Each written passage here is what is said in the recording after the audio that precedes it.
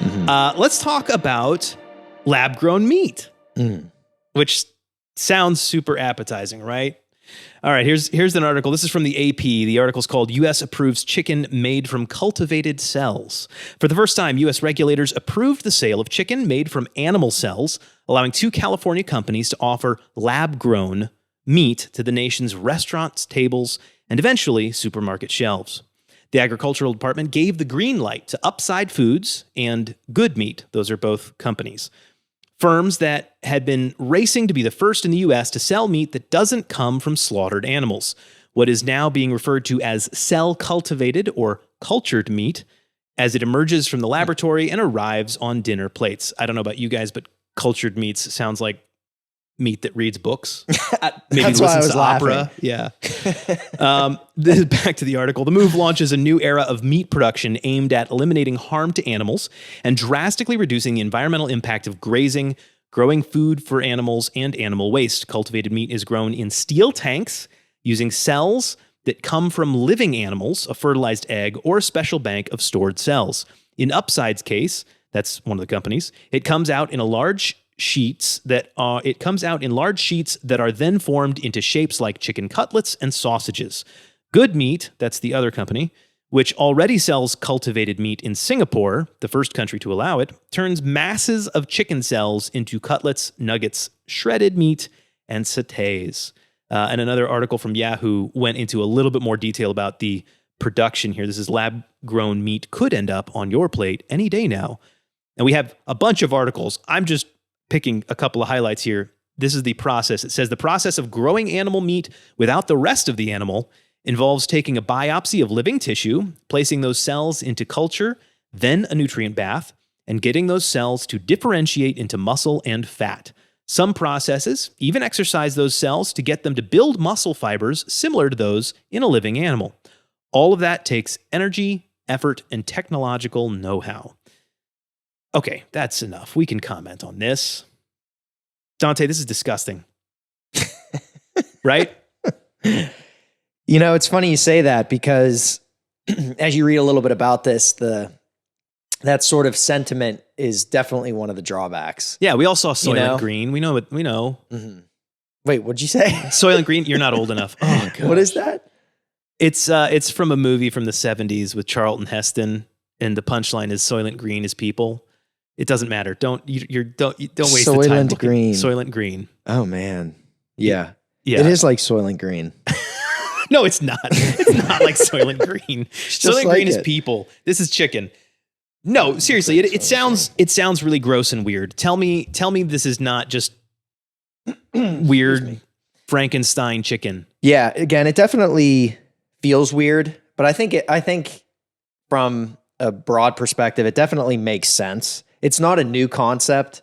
For example, I caught this in a little bit of reading that Winston Churchill, in one of his works from 1931, actually put forth the idea. I don't know how he got here to comment on this type of subject, but it was interesting. Again, in 1931, we shall escape the absurdity of growing a whole chicken to eat the breast or wing by growing these parts separately under a suitable medium.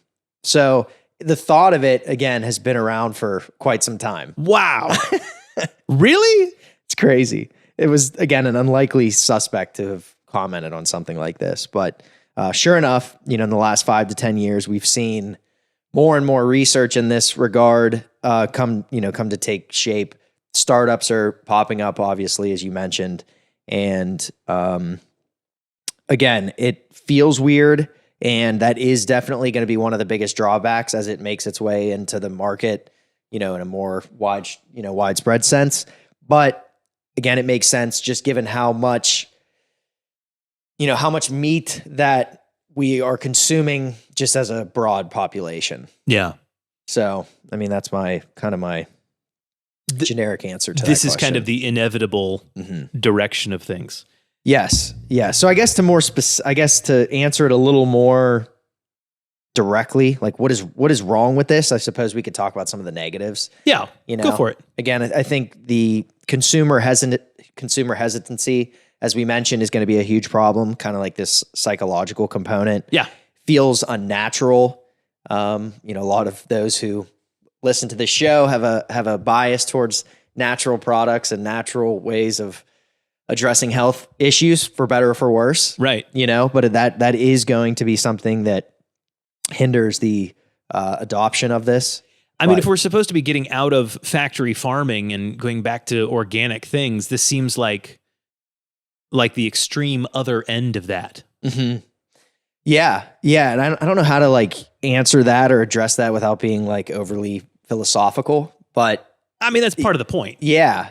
But we're so far away from quote unquote natural way of living at this point, you know, across the board. I mean, if you just look at what you do on a daily basis, you know, it is a million times different than it was, you know, 100 years ago, 500 years ago, 1,000 years ago. Yeah. So things are immensely different. We're, you know, kind of blowing through resources much differently.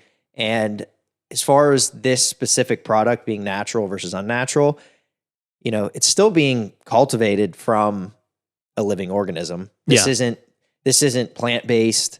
This isn't ultra processed food. This isn't a donut. This isn't a, you know, chicken patty. I mean, this is literally going to be a chicken breast or ground chicken or ground beef, a beef tenderloin. It's going to be what it is. It's just that it's coming from a different sort of place. You hit on two things there that I think are really relevant. Number one, this is not a plant-based, this is not a meat alternative. This is meat. So if you're a vegetarian or vegan, you're still out when it comes to this stuff. Mm-hmm.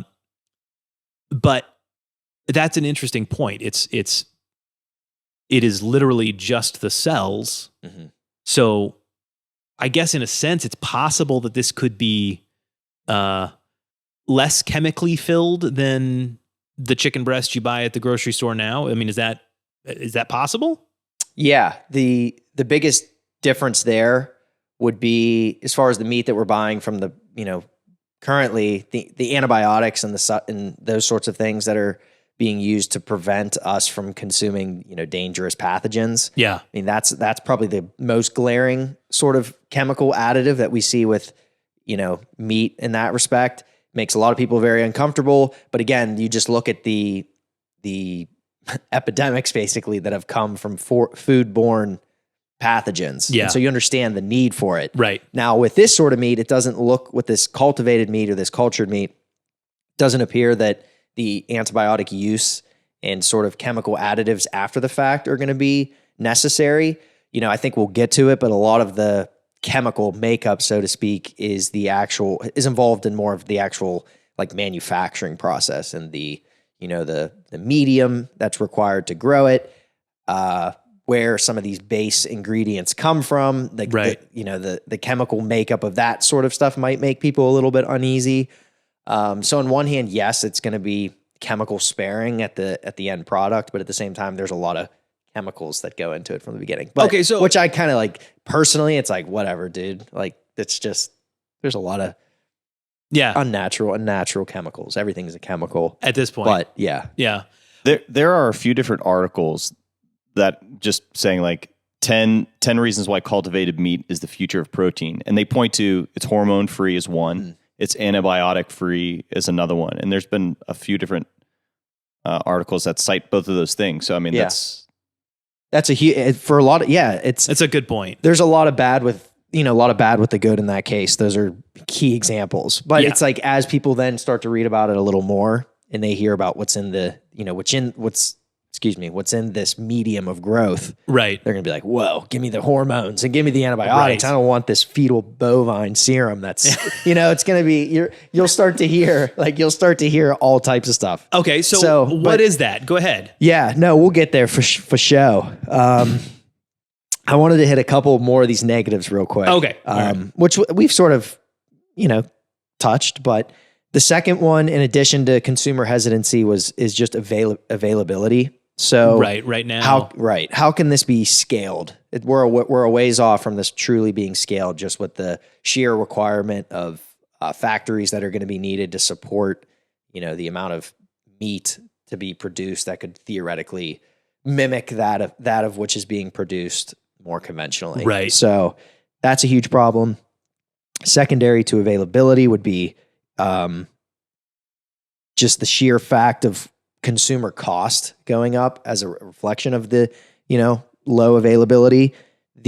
Which is interesting. It costs more to create a chicken cutlet in a lab than it does to raise a living animal from egg to maturity, slaughtering it and processing it and taking it to market. That's cheaper than it is to just make it in a factory currently. Right. Exactly. And the reason being, from my understanding, is that this process that we're looking at here is more like pharmaceutical manufacturing than it is like food processing. And so the growth media, the sourcing of these materials, the equipment, those sorts of things are just so complicated, so pricey, so new, that even scaling the material and, producing the materials needed to make this, still very much in its infancy. So the more the critiques that I saw is the more that this becomes like a food making industry versus a pharmaceutical industry, the less we can see the cost coming down less. The more it becomes like a food process, it becomes food manufacturing process, reasonably priced. Yes, we're still, it's still a long ways off, and they're not really so sure if it'll ever meet the exact cost of a conventionally farmed ground meat product, but it's got to move that way. And then the final, I would say, category of negative would be the things we already mentioned, and those are the safety concerns. So even though the foodborne pathogens from like the animal sources are going to be less because they're just coming from a different place, we still don't know how to address the potential for these novel pathogens. So pathogens that can arise in this new novel manufacturing process, as kind it of is. The unknown. Yeah. So while the meat that we're currently producing conventionally, they do add antibiotics, for example, to prevent this sort of stuff from occurring, there's probably going to be some sort of antibiotic use to treat the equipment, to treat the media. And again, I don't, that's not like a evidence-based way to say that per se, but there's going to be, at some point we're going to see certain things with this that probably reveal the need for some sort of antimicrobial use, which is good. We can't have fungal overgrowth and yeast and all sorts of potential things, because again, it still is eventually going to become a food product. It's just, we don't know exactly what could happen as a result of that. That's a good point. And you said this is not ultra processed. I mean, this sounds to me kind of like the definition of ultra processed. Yeah. It's definitely you could argue that it's a semantics thing. So yes, like this is a process. Like they're cultivating this meat. It is a very, sorry, I keep kicking you. It's okay. We can play footsie under the table. It's fine. Oh, you're leaving me out back here. I got no one to play footsie with me back here. I have to really reach for you, Josiah. But it's not ultra processed. It's not ultra processed. There's a whole separate classification that at some point we did talk about in terms of food processing. When we just to review that, when we think of ultra processed foods, those are foods that have added salt, sugar, fats, artificial colors and flavors, all the things that, increase how good the food tastes. So you could make an ultra processed food out of your lab grown chicken. Exactly. But coming out of the lab, it is not ultra processed. Exactly.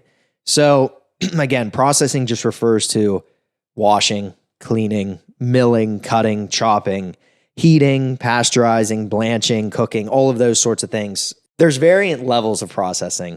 Those are just some of the ways in which they're processed. But and you don't want unprocessed meat, whether it's grown from a lab or a chicken. Because that's how you get bacteria and die. Exactly. So yes, the short answer is it's not processed in the classification that we're accustomed to looking at. Got it. So you just covered the downsides. What are the major upsides here? It's friendlier for the environment, right? So that's one of the goals from it. But from my understanding, that's another area of this that's just not black and white. So straight away, cultivated meat, it does, in the production of it, it does use less land and less water than conventional means. But at the same time, it emits like 25 times as much of the greenhouse gases Really? in that, in the process. And again, this sort of comes back to like the pharmaceutical manufacturing nature of this. Sure. And it has to do with like the byproducts of the growth medium that's being used, and it has all to do with that. And so again, while we're using less land, these factories are using less land, less water. It's more vertical in nature. You can, do it in a smaller amount of space. Yeah. Just a lower, physical footprint. It's still just, it's potentially worse from a, from a carbon dioxide. Certainly in the equivalent short effect. term. Yes. Yeah. If the ingredients and the methods of this cultured meat process, if it were to shift and change to a more of like a, food-based processing arena, then you would see the potential for these emissions to decrease almost to the other side. Then as we improve these methods, as they improve these methods, then we could see it's using less land, it's using less water, and it's not emitting as much of the greenhouse gases as well. So that makes sense. So you hear it and you think, oh my gosh, like there's not going to be all the farming and but it's still not harmless in nature. Right. But again, that's one small, piece of the puzzle there for sure. And for the folks that care about, animal rights and stuff, I've got vegans in my family. Animals aren't harmed in the production of this. So, if you care about that. Now, yeah, I'm sorry, but if you've ever looked a cow in the eyes, I have a hard time believing that they're sentient. But that's just me. That's just me. I'm a horrible person. I acknowledge this. No, I like the appeal to emotion. Yeah. Of, watching some of how crappy these farming practices are and how they treat animals and the tight living conditions.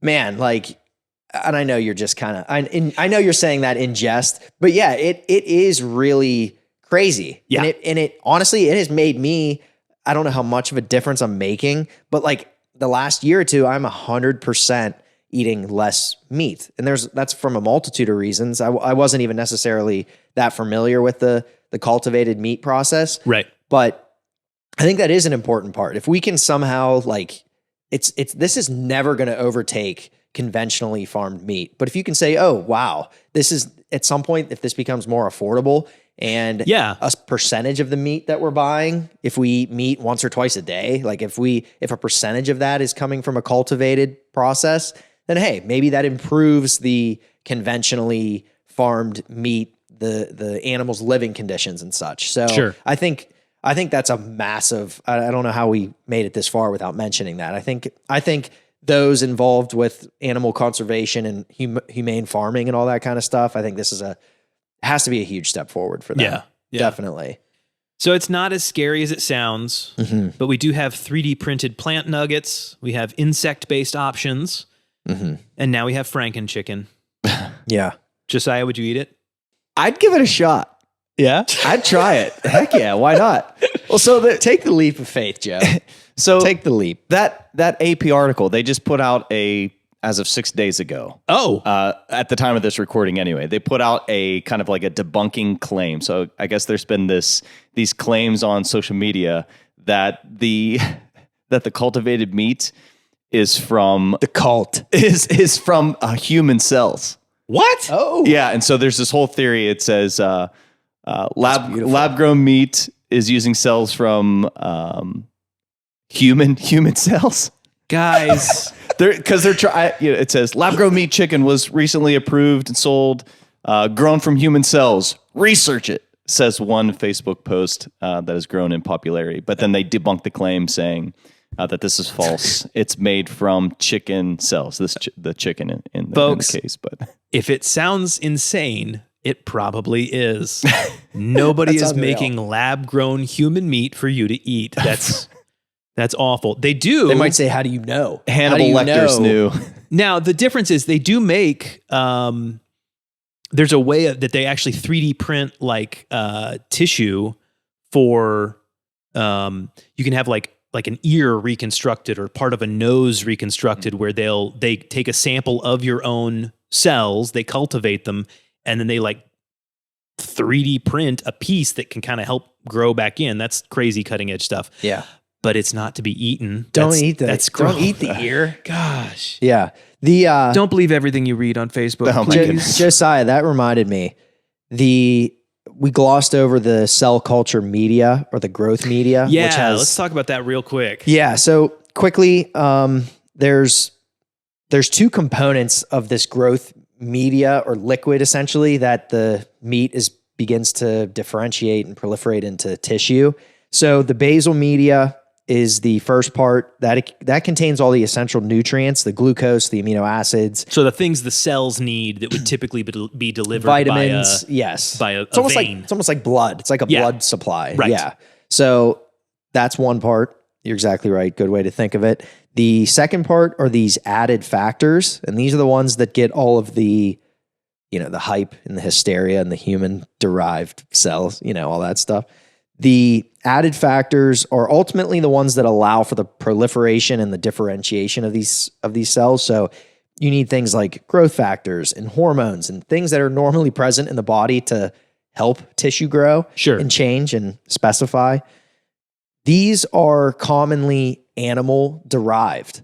Okay. So if you are somebody who was looking at this from the perspective that this was from, this is a more humane way to eat meat and to produce meat, well, because of this, this notion kind of flies in the face of what this is touted to do when these factors are animal derived.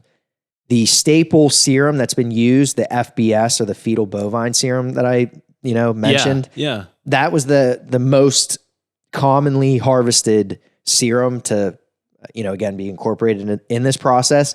And the serum was taken from bovine fetuses, pregnant cows, basically. So during the slaughter, if they found that the cow was pregnant, they were able to extract the serum from the Wow. fetus. So it's pretty nasty That and is vile sounding. Crazy. So you're thinking, how is this better? Yeah, that doesn't it's this sound better at all. It's this rare, expensive material that still comes from animals being slaughtered. It's in my mind, it was very odd.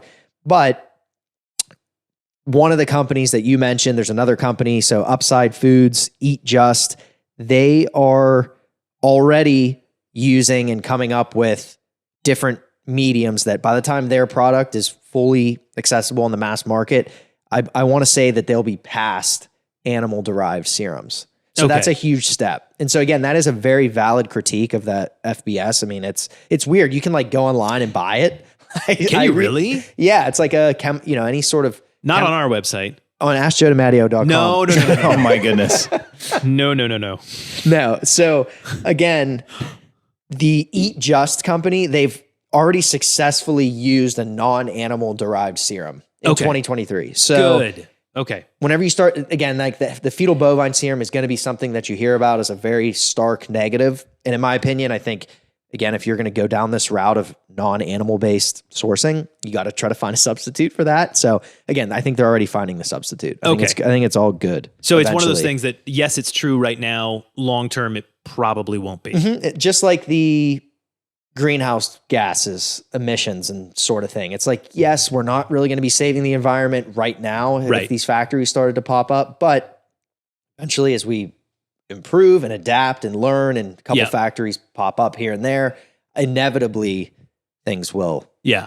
change, I think. Makes sense. But yeah. All right. Well, Oh yeah, and the Good Food Institute, this is actually a reminder for myself, the GFI, the Good Food Institute. yes. They have a ton of good resources and information about this stuff, like very non-sensationalized. It's not even all about lab cultivated meat, but I actually subscribed because I'm sure we'll find some interesting topics from Oh, there. sure. So it was cool. So if you want to read more about this, skip the Twitter. Don't get it links. from social media. Yes. Yeah. Don't get it on social media. Just start with Good Food Institute. They're a pretty neutral organization. Obviously, it's a non-industry, I believe. Yeah. So it's check it out. That's good. That's good. That's man. We were going to cultivate a chicken for Josiah to eat on air, but Oh man. we ran out of time. I'd go for it. I'm about to take your microphone away. We could do like a Hot Ones. Yeah. We You could know, do That that. competition. We could do that. Tyler did a hot once. I did. And it was cultivated meat. No, hot it was ones. not. Nope. It was like a $30,000 hot ones. Which no, that's the last point. If you want to try this stuff, hopefully you live either in Singapore or in San Francisco, because those are the only two places that you can get them right now, and only in a restaurant. There's you can't get it on store shelves or anything like that. Yeah, right now you're eating it with like very small forks. Yeah, pinky up, baby forks. Very expensive stuff. So if you were excited about it, don't get too excited. Your chicken's fine for right now.